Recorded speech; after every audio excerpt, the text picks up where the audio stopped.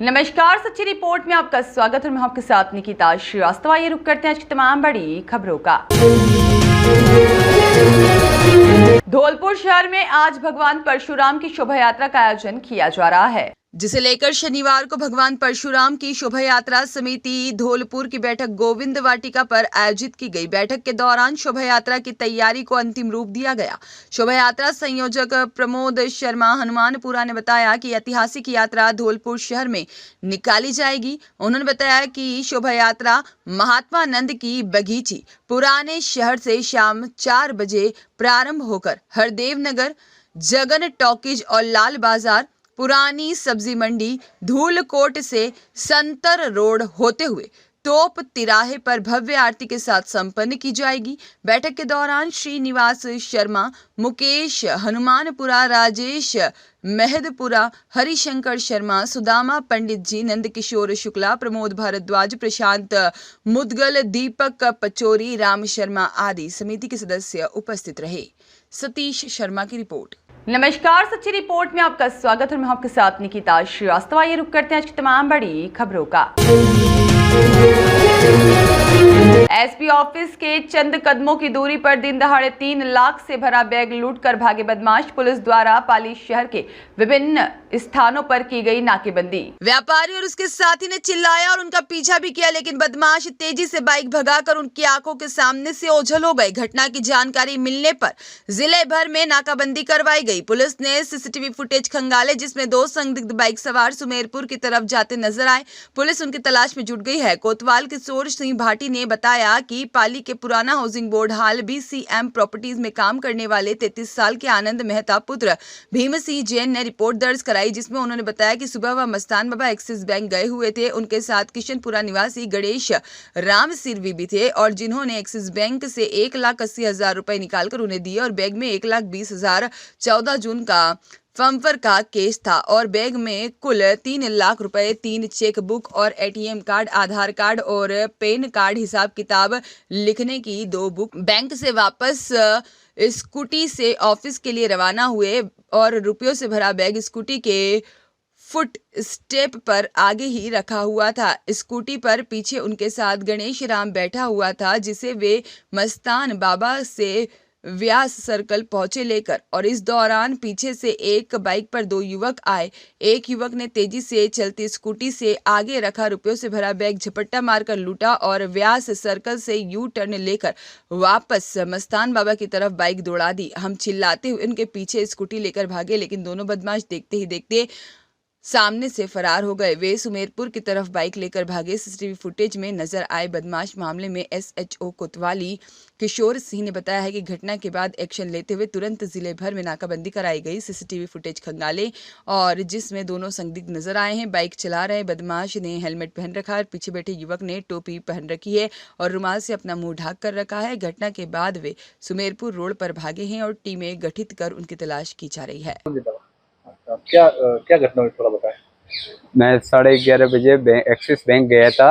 वहाँ पे मैंने एक्सिस बैंक से मेरे कस्टमर के खाते से 3 लाख रुपए निकाले थे। वो 3 लाख लेके मैं वापस मेरे ऑफिस की तरफ आ रहा था। व्यास सर्कल के पास 2 अनजान व्यक्ति बाइक पे आके मेरे आगे जो बैग रखा हुआ था वो बैग छीन के भाग गए। मैंने काफ़ी देर तक तो उनका पीछा किया था, लेकिन वो सुमेरपुर रोड के आगे से भाग गए, न्यू बस स्टैंड साइड के आगे से। आनंद मेहता। सुरेश पवार की रिपोर्ट। नमस्कार, सच्ची रिपोर्ट में आपका स्वागत है। मैं आपके साथ निकिता श्रीवास्तव। आइए रुक करते हैं आज की तमाम बड़ी खबरों का। 108 एम्बुलेंस में गूंजी किलकारी, जच्चा बच्चा दोनों है स्वस्थ। एम्बुलेंस 108 के कर्मचारियों ने एम्बुलेंस में ही महिला का सफल प्रसव करवाया। रायपुर के बड़ चिकित्सालय एम्बुलेंस 108 के कर्मचारियों ने एम्बुलेंस में महिला का सफल प्रसव करवाया। जानकारी के अनुसार शनिवार को रात 10 बजे कानूजा ग्राम चिकित्सालय से ब्यावर के लिए रेफर की सूचना मिलते ही पायलट प्रभु सिंह और EMT प्यार चंद खटिक एम्बुलेंस लेकर ग्राम कानूजा पहुंचे और प्रसूता निशा पत्नी गौतम चंद उम्र 29 वर्ष निवासी राजियावास हाल कानूजा को प्रसव पीड़ा होने के कारण कानूजा चिकित्सालय से ब्रावर अमृत कौर के राजकीय अस्पताल के लिए रवाना हुए थे और इस दौरान झाला की चौकी के पास रास्ते में निशा को प्रसव पीड़ा हुई तो EMT प्यारचंद खटीक और प्रभु सिंह ने रास्ते में उनका प्रसव कराया और उसने बालक को जन्म दिया, जिसके बाद एम्बुलेंस कर्मियों ने बर्ग के राजकीय आदर्श अस्पताल में लाकर भर्ती कराया। जच्चा बच्चा दोनों स्वस्थ हैं और समाज सेवी भाजपा नेता कान्ह सिंह इंदा ने बताया कि मरीजों के लिए ग्रामीण क्षेत्रों में वरदान साबित हो रही 108 एम्बुलेंस सेवा में एक बार फिर से बड़ चिकित्सालय की 108 एम्बुलेंस में एक महिला का सफल प्रसव करवाया गया। 108 सेवा के emergency medical technician Pyarchand Khatik और पायलट प्रभु सिंह को ग्रामीणों ने उनके अच्छे कार्य के लिए धन्यवाद दिया। शनिवार 8:21 पर 108 से हमें सूचना मिली थी। कानोजा से ब्याह के लिए एक डिलीवरी लेबर थी, निशा पति गौतम चंद। उनके डिलीवरी के अधिक दर्द होने के कारण हमने जालक चौकी में नॉर्मल डिलीवरी कराई थी है और उनको एक राजकीय सामुदायिक स्वास्थ्य केंद्र में भर्ती कराया गया है। जच्चा बच्चा दोनों सुरक्षित है और परिवार और जनों ने हमें बहुत बहुत धन्यवाद आभार जताया है। पायलट प्रभु सिंह, EMT प्यारचंद खटीक, 108 वर्ग लोकेशन। धन्यवाद। बलवीर जलवानिया की रिपोर्ट। नमस्कार, सच्ची रिपोर्ट में आपका स्वागत है। मैं आपके साथ निकिता श्रीवास्तव। ये रुक करते हैं आज की तमाम बड़ी खबरों का।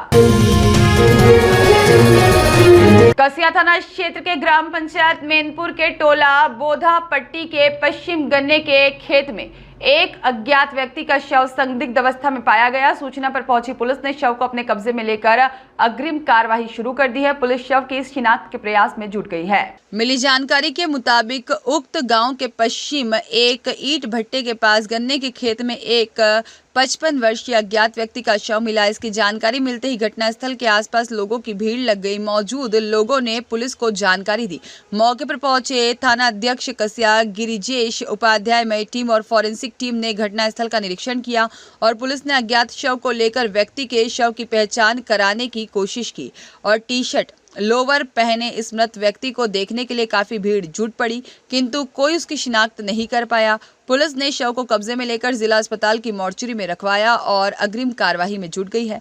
इस दौरान हल्का दरोगा सभाजीत सिंह और SI Sandeep Yadav, Rupendra Pal Singh, head constable Ranjit Singh, constable Abhishek Maurya और महेंद्र कृष्णा शेर बहादुर मौजूद रहे। मिली जानकारी के मुताबिक शव की कुछ देर बाद पहचान गणपत मुसहर के रूप में हुई है और मृतक के पुत्र मोती मुसहर ने फोटो देखकर शव की पहचान की है। मोती मुसहर ने बताया है कि शव उसके पिता का है। बीते 2 दिन पूर्व बुधवार से ही गणपत मुसहर घर से लापता थे। पुलिस जांच में जुट गई है। केएन राय की रिपोर्ट। नमस्कार, सच्ची रिपोर्ट में आपका स्वागत है। मैं आपके साथ निकिता श्रीवास्तव। ये रुक करते हैं आज की तमाम बड़ी खबरों का। कस्बे के महावीर बस्ती में रविवार को नीलकंठ महादेव मंदिर की 5वीं वर्षगांठ पर लाभार्थी परिवार द्वारा शिखर पर ढोल थाली की झनकारों के साथ ध्वजा चढ़ाकर धूमधाम से पाठ उत्सव मनाया गया। रविवार को ध्वजा के बोलीदाता वीर सिंह पुत्र स्वर्गीय अजय सिंह परिवार द्वारा अपने निवास स्थान से थाली में ध्वजा और पूजा सामग्री रख गाजे बाजे सहित मंगल गीत गाती महिलाओं के साथ 10 बजे नीलकंठ महादेव मंदिर पहुंचे। मंदिर प्रांगण में पंडित निर्मल शास्त्री द्वारा ध्वजा का कुमकुम तिलक लगाकर विधिवत पूजन अर्चन के बाद लाभार्थी परिवार के पदम सिंह सहित पंडित के साथ में ध्वजा लेकर मंदिर के शिखर पर पहुंचे और पंडित निर्मल शास्त्री के सानिध्य में वेद मंत्रों से गूंजते आसमान के बीच ढोल थाली की झनकारों के साथ ध्वजा चढ़ाकर पुष्पमाला पहना करके धूमधाम से श्री नीलकंठ महादेव मंदिर की 5वीं वर्षगांठ बनाई गई।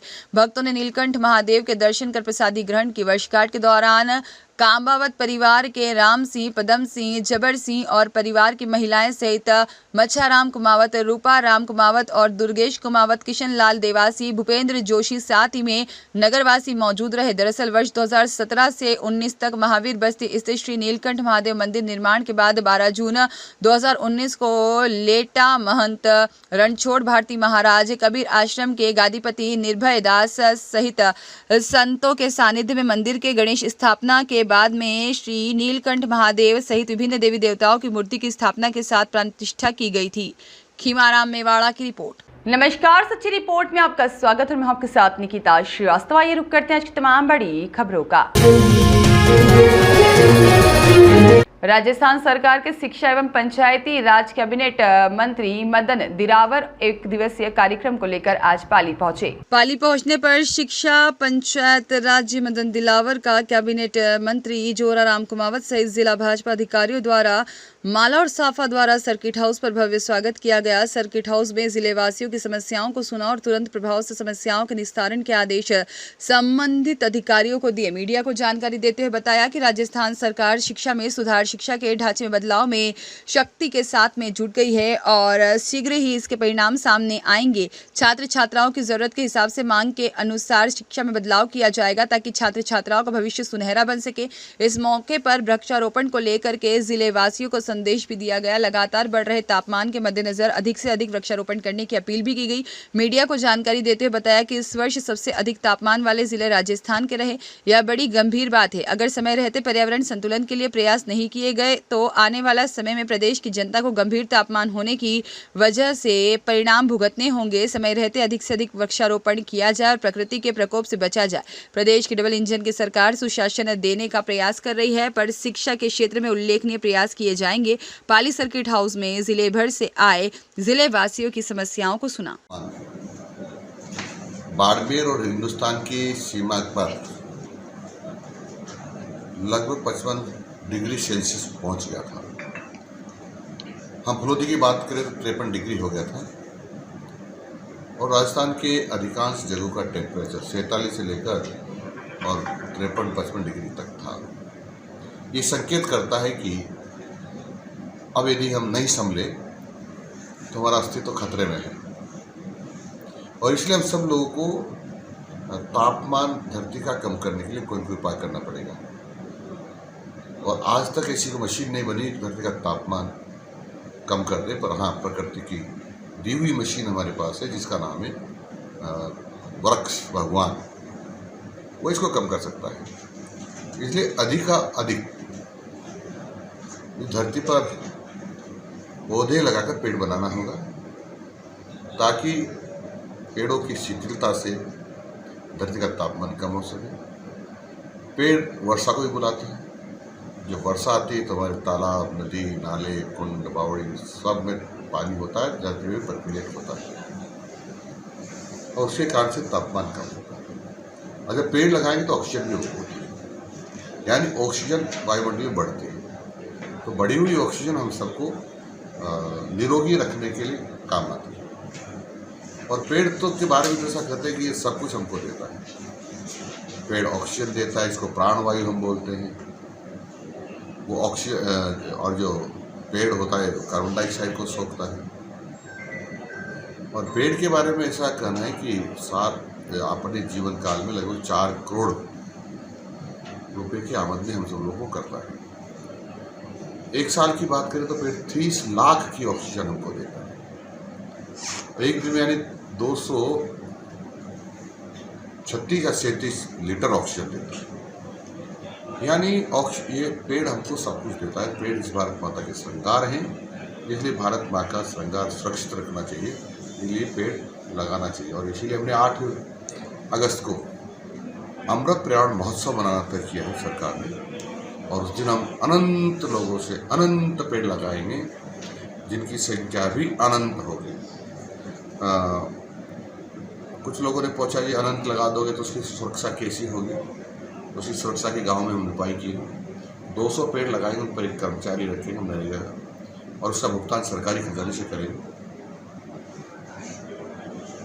और वो उसको पानी पिलाएगा, रखवाली भी करेगा, ये सब होगा। और इस प्रकार से हम 4 लाख लोगों को नरेगा में पेड़ों की वजह से अतिरिक्त हम रोजगार दे पाएंगे, जो बहुत बड़ा काम होगा। ये राजस्थान में पहली बार हो रहा है कि पेड़ लगाने के बाद उनकी रखवाली के लिए, उनके पानी देने के लिए इस प्रकार से सरकार की तरफ से कर्मचारी रखे जा रहे हैं। और लोगों ने कहा ये पेड़ कहाँ कहाँ लगा सकते हैं? हमने कहा तुम शमशान घाट पर लगा दो, तो खेत की मेड़ पर लगा दो, चारागाह में लगा दो, खेल के मैदानों में लगा दो, जितने भी स्कूल है वगैरह अन्य संस्थाएँ सबके ऑफिसेज बने वहाँ लगा दो। जहाँ भी तुम्हें खाली जगह दिखाई देती है और किसी व्यक्ति को प्रॉब्लम नहीं है, वहाँ सब जगह आप पेड़ लगा सकते हैं। और पेड़ नहीं लगाएंगे तो हमारा सर्वनाश निश्चित दिखाई दे रहा है। कि अभी कुछ दिन पहले कुछ आंकड़े प्रकाशित हुए थे कि भारत में हिंदू वर्ल्ड में के कितने शहरों में क्या टेम्परेचर रहा। तो सबसे ऊपर वाले जो टेम्परेचर वाले आए विश्व में शहर वो 15 थे, उसमें से 7 राजस्थान के, 7 राजस्थान के हैं। और प्रति व्यक्ति हम पेड़ों की बात करें तो कनाडा में 10,133 पेड़, फ्रांस में लगभग 6,000 के आसपास हैं, और अफ्रीका में लगभग 3,000 के आसपास हैं, और हम बात करें यूके की तो 47 है, चीन में 130 हैं, और हिंदुस्तान में 28 हैं, और राजस्थान की बात करें तो 20 के नीचे आते हैं। यानी हम भट्टी के मुहाने पर खड़े हुए हैं, कभी भी जल सकते हैं, इसलिए हमारा पेड़ लगाना बहुत आवश्यक है। हमने सबसे निवेदन किया है, चाहे वो अमीर हो, गरीब हो, वृद्ध हो, जवान हो, चाहे वो संत हो, चाहे ग्रस्त हो, सब पेड़ लगाएं। और इसलिए शिक्षा विभाग के अंतर्गत गैर सरकारी सरकारी विद्यालय में पढ़ने वाले जो छात्र और कर्मचारी हैं, उनको कहा है कि एक कर्मचारी या छात्र इतने पौधे लगाएगा जितने उसके परिवार में सदस्य हैं। और हमारे यहाँ 1 करोड़ 80 लाख बच्चे और कर्मचारी करते हैं इसमें, तो इस प्रकार से पौधे लगाएंगे। पेट्रोल पंप वालों से, गैस वालों से हमने 300 पौधे लगाएंगे आप लोग। और इसी प्रकार से हम जो कार रखने वाले हैं, ट्रैक्टर रखने वाले हैं, ट्रक रखने वाले हैं, मेटाडोर रखने वाले हैं, ऑटो रखने वाले हैं, उनसे भी आग्रह कर रहे हैं हम लोग। मोटरसाइकिल वाले हैं कि मोटरसाइकिल रखने वाला कम से कम 5 पौधे लगाए, ऑटो रखने वाला 10 पौधे लगाए, कार रखने वाला 10 पौधे लगाए, ट्रक रखने वाला 25 पौधे लगाए, मेटाडोर वगैरह बीच की जो साधन है वो कम से कम 15 पौधे लगाए। इस प्रकार से पौधे लगाकर हमको वृक्ष बनाना है। यानी और हमने ये भी कहा कि जो प्रधानमंत्री आवास का जो जिन मकान पाया है वो 5 पौधे लगाए, जिनको निःशुल्क गैस का सिलेंडर मिला है यानी कनेक्शन मिला है 5 पौधे लगाए, जिनको 450 रुपये में गैस भरी जा रही है उसमें सब 5 पौधे लगाए। इस प्रकार से हमने सबको निवेदन किया है कि वो सब पौधे लगाएं और 8 तारीख को ही लगाएं, क्योंकि 8 तारीख अमृत पर्यावरण महोत्सव राजस्थान सरकार मनाने जा रही है। और ये आंदोलन अब सरकार का नहीं रहा, जन आंदोलन हो गया है। यानी सब इसमें भाग लेना चाह रहे हैं और जगह जगह से बुलावे भी आ रहे हैं, बात भी कर रहे हैं और हमको कह रहे हैं हम अनंत पौधे लगाएंगे, खूब पौधे लगाएंगे। इसलिए मेरा मानना है कि 8 अगस्त को बड़ी संख्या में राजस्थान में इस धरती के ऊपर पौधे लगेंगे और पेड़ लगेंगे। सुरेश पवार की रिपोर्ट। नमस्कार, सच्ची रिपोर्ट में आपका स्वागत और मैं आपके साथ निकिता श्रीवास्तव। आइए रुक करते हैं आज की तमाम बड़ी खबरों का। जिले के रोहट क्षेत्र में जिला प्रशासन और जलदाय विभाग की व्यवस्थाओं की पोल खुल रही है। कई वर्षों से पेयजल की भारी किल्लत यह क्षेत्र झेल रहा है। इस क्षेत्र में सरकारें समुचित व्यवस्थाओं का दावा तो करती है, लेकिन प्रशासन जो दावा करती है हकीकत देखी जाए तो वह कुछ उलट ही होता है। रोहट क्षेत्र के सैकड़ों गाँव में पानी की भारी किल्लत की समस्या देखी जा रही है।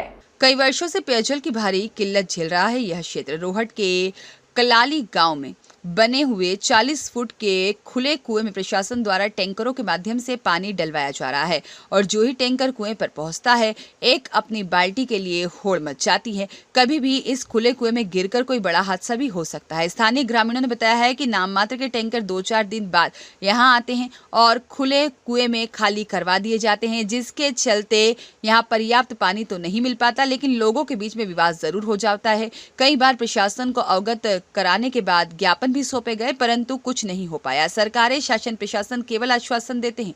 धरातल पर किसी भी नेता या सरकार ने इस ग्राम को शुद्ध पेयजल उपलब्ध नहीं कराया। 3000 से अधिक आबादी के इस गांव में एक बाल्टी पानी के लिए भी संघर्ष और जद्दोजहद देखी जा रही है और एक बार फिर से जलदाय विभाग और जिला प्रशासन की व्यवस्थाओं की पोल खुलती नजर आ रही है।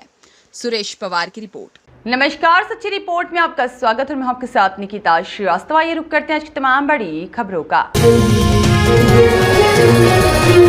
स्थानीय गांव चोपड़ा में doctor APJ Abdul Kalam season 2 tournament का आयोजन रविवार को हुआ। उद्घाटन मैच होलपुर और साथ ही में चांदा सनी के बीच खेला गया, जिसमें होलपुर की टीम विजयी रही। इस मौके पर समस्त ग्रामवासी मौजूद रहे।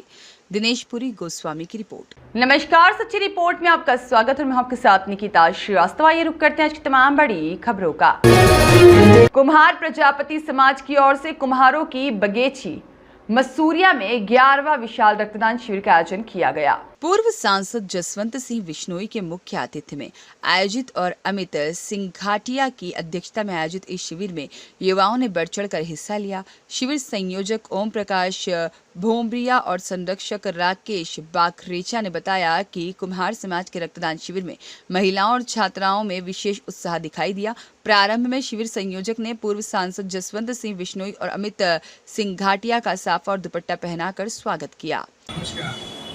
जैसा कि सभी को याद है, हर वर्ष की भांति इस वर्ष भी समस्त कुम्हार समाज के तत्वाधान में 11वां विशाल रक्तदान शिविर 16 जून 2024 को आयोजित होने जा रहा है, जिसमें आज के युवा और पुरानी और नई पीढ़ी समस्त लोग बढ़ चढ़ के इस योगदान में हिस्सा ले रहे हैं। आपसे भी अपील है, कृपया सभी अपना अपना योगदान समर्पित करें इस मानवता के कल्याण हेतु।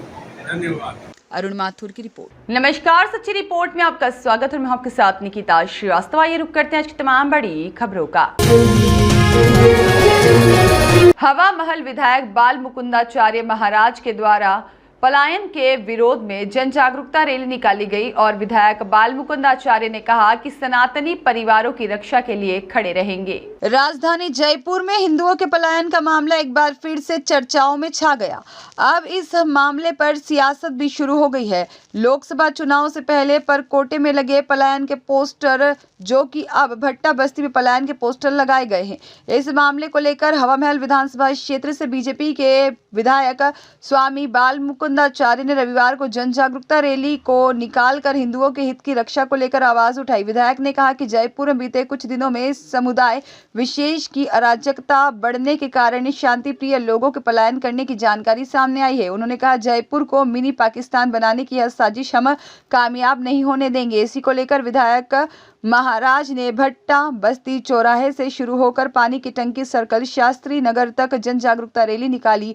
पुलिस के कड़े पहरे के बीच भरे बाजार से पैदल मार्च निकाला गया। विधायक ने खुद को पीड़ित परिवारों के साथ खड़ा बताते हुए कहा, हम सभी सनातनी परिवारों की रक्षा के लिए हम खड़े हैं। उन्होंने कहा, बीती कांग्रेस सरकार में ऐसी घटनाएं बढ़ी, लेकिन कांग्रेस ने कुछ नहीं किया। अब भाजपा की सरकार है तो इस दिशा में कड़े कदम उठाए जाएंगे। और वहीं स्थानीय निवासियों ने बताया कि उनके इलाकों के घरों में आसपास रोजाना महिलाओं से छेड़छाड़ के मामले भी सामने आते हैं, लेकिन पीड़ित महिलाएं मजबूरन चुप बैठ जाती है। यही नहीं, क्षेत्र के मंदिरों में असामाजिक तत्वों द्वारा मांस के टुकड़े तक फेंक दिए जाते हैं। यह शिकायतें भी मिली हैं। पुलिस ने भी कोई कदम नहीं, जिसके चलते कई परिवार घर बेचने को मजबूर है और पलायन के लिए मजबूर है। लेकिन अब भाजपा सरकार से इसको लेकर बड़ा कदम उठाने की अपील है। नरेंद्र स्वामी की रिपोर्ट। नमस्कार, सच्ची रिपोर्ट में आपका स्वागत है। मैं आपके साथ निकिता श्रीवास्तव। ये रुक करते हैं आज की तमाम बड़ी खबरों का। राजस्थान सरकार शिक्षा मंत्री मदन दिलावर आज सोजत के शनिधाम पहुंचे। दिलावर ने कहा कि जो काम राज्य सरकारें नहीं कर सकती, वह काम संत समाज अपने एक आह्वान पर कर सकते हैं। शिक्षा मंत्री ने शनिधाम महामंडलेश्वर संत शिरोमणि दाती महाराज के सानिध्य में चल रही नंदीशाला और गौशाला का अवलोकन किया। दाती महाराज ने राजस्थान और दिल्ली में स्वयं के प्रयासों से गौशालाओं का निर्माण करा रखा है, जिसमें हजारों गोवंश रहते हैं। इन गौशाला और नंदीशालाओं में गोवंश के संरक्षण के साथ साथ उनके इलाज की भी समुचित व्यवस्था रहती है। शिक्षा और पंचायत मंत्री ने पाली में गायों के उपचार के लिए अत्याधुनिक एम्बुलेंस सेवा को देख करके बेहद प्रसन्नता जताई। उन्होंने कहा कि मैंने अपने जीवन काल में गायों के इलाज के लिए ऐसी एम्बुलेंस आज तक नहीं देखी। यह बेहद अद्भुत है। इस मौके पर कैबिनेट मंत्री को आशीर्वाद देते हुए दाती महाराज ने कहा कि यह मेरा सौभाग्य है कि मुझे गौ माता के साथ ही देश और समाज की सेवा करने का पुण्य अवसर मिल रहा है। साथ ही कैबिनेट मंत्री मदन दिलावर के साथ चर्चा करते हुए दाती महाराज ने बताया कि राष्ट्रीय संत सेवा गौ रक्षा कल्याण परिषद और श्री शनिधाम ट्रस्ट विगत काफी सालों से जल संरक्षण और पर्यावरण संरक्षण का कार्य कर रहा है। सुरेश पवार की रिपोर्ट। नमस्कार, सच्ची रिपोर्ट में आपका स्वागत है। मैं आपके साथ निकिता श्रीवास्तव। ये रुक करते हैं आज की तमाम बड़ी खबरों का।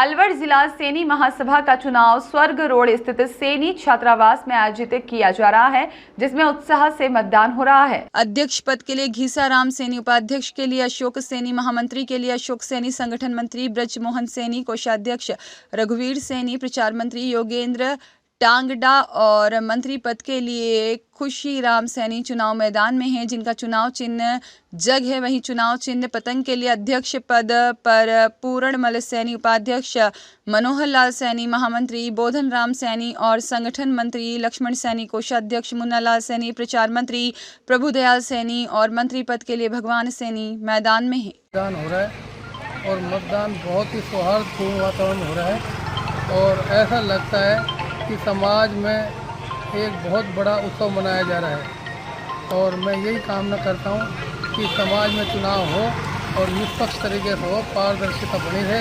ये हमारा प्रयास है और जिसमें शायद हम पूरी तरह कामयाब भी हो रहे हैं। रिजल्ट कब तक आने हैं? और शाम आज 8 बजे से शाम को 5 बजे तक का मतदान है और कल तारीख 17 है। कल मतदान वो जो मतपत्रों की गिनती की प्रक्रिया कल चालू की जाएगी। कितने लोग बाग खड़े हुए हैं आपके पैनल से? हमारे यहाँ पर 2 पैनल चुनाव लड़ रहे हैं। एक में मैं पूर्णमल सैनी अध्यक्ष पदकार एवं मेरा 7 प्रत्याशी हैं, 6 प्रत्याशी मेरे साथ हैं और दूसरे में एक अन्य प्रत्याशी है जिसके साथ भी 6। शुभ नाम आपका सर? मैं पूर्णमल सैनी अध्यक्ष अलवर जिला सैनी महासभा और हमारा चुनाव शुरू पतंग है और ऐसा लगता है कि समाज हम पूर्ण रूप से आशीर्वाद दें। प्रक्रिया सुबह 8 बजे से आरंभ हुई थी और शाम को 5 बजे तक चलेगी। चुनाव शांतिपूर्ण सुचारू रूप से चल रहा है, कहीं कोई प्रॉब्लम नहीं क्योंकि समाज का चुनाव है। मैं जग पैनल से अशोक कुमार सैनी महामंत्री पद का उम्मीदवार हूँ। हमारे पैनल में 7 लोग हैं। अध्यक्ष श्री घीसाराम सैनी, उपाध्यक्ष अशोक सैनी, महामंत्री पद पर मैं स्वयं हूँ और ब्रजमोहन जी संगठन मंत्री, योगेंद्र टाकड़ा जी प्रचार मंत्री और रघुवीर सैनी कोषाध्यक्ष और खुशीराम सैनी जी हमारे मंत्री हैं। अब तक लगभग 25 से 30% पोलिंग हो चुकी है। ठीक है। और चुनाव बहुत शांतिपूर्ण तरीके से चल रहा है। समाज के बंधु बढ़ चढ़कर इसमें हिस्सा ले रहे हैं और धीरे धीरे अब जैसे जैसे दिन चढ़ेगा वोटिंग और बढ़ेगी और उम्मीद है लगभग 65-70% पोलिंग हो जाएगी। युवराज शर्मा की रिपोर्ट। नमस्कार, सच्ची रिपोर्ट में आपका स्वागत और मैं आपके साथ निकिता श्रीवास्तव। ये रुक करते हैं आज की तमाम बड़ी खबरों का। भाजपा किसान मोर्चा प्रदेश अध्यक्ष और केंद्रीय कृषि राज्य मंत्री भागीरथ चौधरी का भाजपा कार्यकर्ताओं ने किया भव्य स्वागत। भागीरथ चौधरी का केंद्रीय कृषि राज्य मंत्री बनने के पश्चात प्रथम बार राजस्थान आने पर किसान मोर्चा के कार्यकर्ताओं ने जगह जगह भव्य स्वागत किया।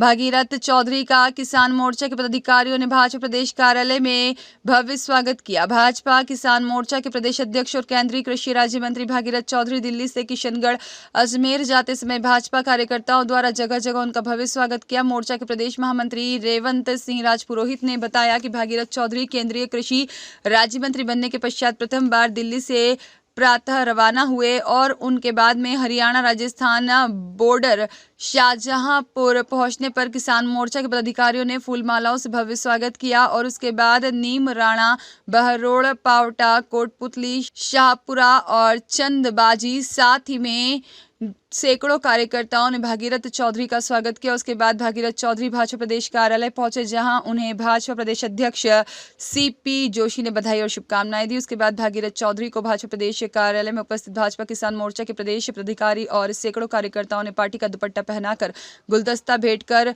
फूल मालाओं से भव्य स्वागत किया और मुंह मीठा करवाकर बधाई दी। इस मौके पर भागीरथ चौधरी ने उपस्थित मोर्चे के सभी प्रदेश पदाधिकारी और कार्यकर्ताओं का हृदय से आभार व्यक्त किया। राजपुरोहित ने बताया कि उसके बाद में भागीरथ चौधरी का 200 फीट बाईपास भाकरोटा, बगरू महला और मोहकमपुरा साथ ही में दूदू, पटसोली और अन्य जगह पर भी भव्य स्वागत किया गया। देखिए, कई विषयों को लेकर बातचीत हुई, सिर्फ चुनाव को लेकर नहीं, आगामी कार्यक्रम और आगामी योजनाओं को लेकर भी बातचीत हुई है। तो निश्चित रूप से जो भी मंथन निकलेगा उसका आप दोबारा आपके कितनी सीटों को लेकर हुई? संख्या बता, कितनी सीटों को लेकर हुई? आज कितने हुई?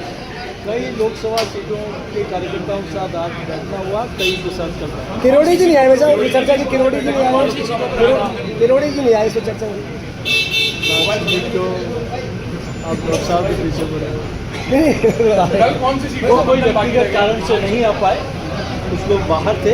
बाकी सभी कार्यकर्ता जनप्रतिनिधि जो अपेक्षित थे वो सब लोग उस बैठक में पहुंचे। अकरम खान की रिपोर्ट। नमस्कार, सच्ची रिपोर्ट में आपका स्वागत और मैं आपके साथ निकिता श्रीवास्तव। आइए रुक करते हैं आज की तमाम बड़ी खबरों का। नेता प्रतिपक्ष टीकाराम जूली के पिताजी स्वर्गीय श्री लेखराम ठेकेदार जी की 15वीं पुण्यतिथि पर अपने पिता को याद कर भावुक हुए। अपने पैतृक गांव काठूवास स्थित लेखराम इंटरनेशनल फैक्ट्री परिसर में उनके स्मृति स्मारक पर श्रद्धांजलि सभा का हुआ आयोजन मानव जीवन के प्रति उनके योगदान, व्यक्तित्व और कृतित्व को याद करते हुए उपस्थित जनसमूह ने सम्मान पूर्वक स्मरण किया। जूली ने कहा कि उनके विचार और आदर्श मेरे जीवन की सबसे बड़ी पूंजी हैं। रुपेश शर्मा की रिपोर्ट। नमस्कार, सच्ची रिपोर्ट में आपका स्वागत और मैं आपके साथ निकिता श्रीवास्तव। आइए रुक करते हैं आज की तमाम बड़ी खबरों का। कायलाना तखत सागर की पहाड़ियों पर स्थित प्राचीन बिजोलाई बालाजी आश्रम में रविवार को निःशुल्क योग और ध्यान शिविर का आयोजन किया गया। महामंडलेश्वर सोमेश्वर गिरी महाराज ने इस अवसर पर कहा कि योग साधना से व्यक्ति शारीरिक और मानसिक रूप से स्वस्थ रहता है। वहीं योग से व्यक्ति निरोगी हो जाता है। ऐसे में व्यक्ति को प्रतिदिन योग करना चाहिए ताकि वह शारीरिक और मानसिक रूप से स्वस्थ रह सके। शिविर में योग गुरु दीपमाला भंडारी ने बच्चों, महिलाओं और पुरुषों को योग और ध्यान क्षेत्र में प्राणायाम और ज्ञान की विभिन्न विधियों पर टिप्स दिए। योग गुरु दीपमाला भंडारी ने बताया कि योग शरीर, मन और भावना को संतुलित करने और तालमेल बनाने का एक साधन ही नहीं बल्कि योग सही तरीके से जीने का विज्ञान है। शिवाय शुभम शुभम गुरु गुरु ओम शिवाय नमः। योग भगवान शिव से चला, आज तक चल रहा है। इस युग में इसके लिए थोड़ा ज़्यादा हो रहा है, होना भी चाहिए, क्योंकि योग से जो है शरीर स्वस्थ रहेगा। शरीर स्वस्थ रहेगा तो शरीर के अंदर प्राण और मन दो चीज है। तो मन भी स्वस्थ रहेगा तो कर्म अच्छे होंगे, कर्म दुष्कर्म नहीं करेगा। इसलिए योग बहुत जरूरी हो गया। तो शरीर को तो शुद्ध रखना ही है, स्वस्थ रखना ही है, पर उसके साथ साथ मन भी अच्छा होगा। मन अच्छा होगा तो सामाजिक परिस्थितियाँ अच्छी होंगी। सामाजिक परिस्थितियाँ अच्छी होगी तो बच्चों के संस्कार अच्छे होंगे। इसलिए हर रविवार बिजोलाई में ये दीप जो है बच्चे ये निःशुल्क कार्यक्रम शुरू किया। जहाँ तक मेरी आवाज़ जाए, जहाँ तक मेरी ये बात जाए, मैं सबसे निवेदन करता हूँ कि योग अवश्य करें, क्योंकि सततम शरीर रक्षा, 1000 प्रयास करके शरीर को स्वस्थ रखें। अगर शरीर स्वस्थ नहीं है तो सब कुछ होते हुए भी वो नर्क बन जाता है जीवन। अच्छे पैसे हों, खाने पीने की कोई कमी नहीं हो घर में और डायबिटीज हो गई तो वो तो खा नहीं सकता, आने वाले को खिला सकता है। तो ऐसी नौबत ही नहीं आए, ये रोग हो ही नहीं। उसके लिए योग ही एक ऐसा साधन है कि जिससे रोग नहीं हो सकता। अरुण माथुर की रिपोर्ट। नमस्कार, सच्ची रिपोर्ट में आपका स्वागत और मैं आपके साथ निकिता श्रीवास्तव। आइए रुक करते हैं आज की तमाम बड़ी खबरों का। धौलपुर जिले में रविवार को गंगा दशहरा का पर्व श्रद्धालुओं ने आस्था और श्रद्धा पूर्वक मनाया, जिसके बाद विधि विधान से पूजा अर्चना कर दान पुण्य किया। तीर्थराज मचकुंड पर पहुंचे श्रद्धालुओं ने भगवान की आरती उतारकर सुख समृद्धि और मोक्ष की कामना की। लाडली जगमोहन मंदिर के महंत कृष्णदास ने बताया कि हिंदू धर्म में गंगा दशहरा का विशेष महत्व होता है। गंगा दशहरा के दिन विधि विधान से मां गंगा की पूजा अर्चना की जाती है और हर साल ज्येष्ठ माह की शुक्ल पक्ष की दशमी तिथि पर दशहरा का पर्व बड़े धूमधाम से मनाया जाता है। पौराणिक मान्यता के मुताबिक इस दिन मां गंगा मैया स्वर्ग से पृथ्वी पर आई थी। मां गंगा के आशीर्वाद से मानव जाति के समूचे पापों का विनाश होता है। श्री राधे राधे। आज गंगा दशहरा के पावन पर्व पर तीर्थराज मुचकुंड में बड़ी संख्या में सुबह 4 बजे से श्रद्धालुओं का तांता लग गया। आस्था की डुबकी लगाई और तीर्थराज मुचकुंड में स्नान कर मचकुंड में मंदिरों में दर्शन के लिए सतुआ, खरबूजा, कलिंदा, फल, वस्त्र आदि दान किए। जगह जगह मंदिर की परिसर में भंडारे लगाए गए। इनमें बड़ी संख्या में श्रद्धालुओं ने सतुआ शरबत आदि का प्रसाद किया। जय श्री कृष्ण। राकेश कुमार गोस्वामी की रिपोर्ट।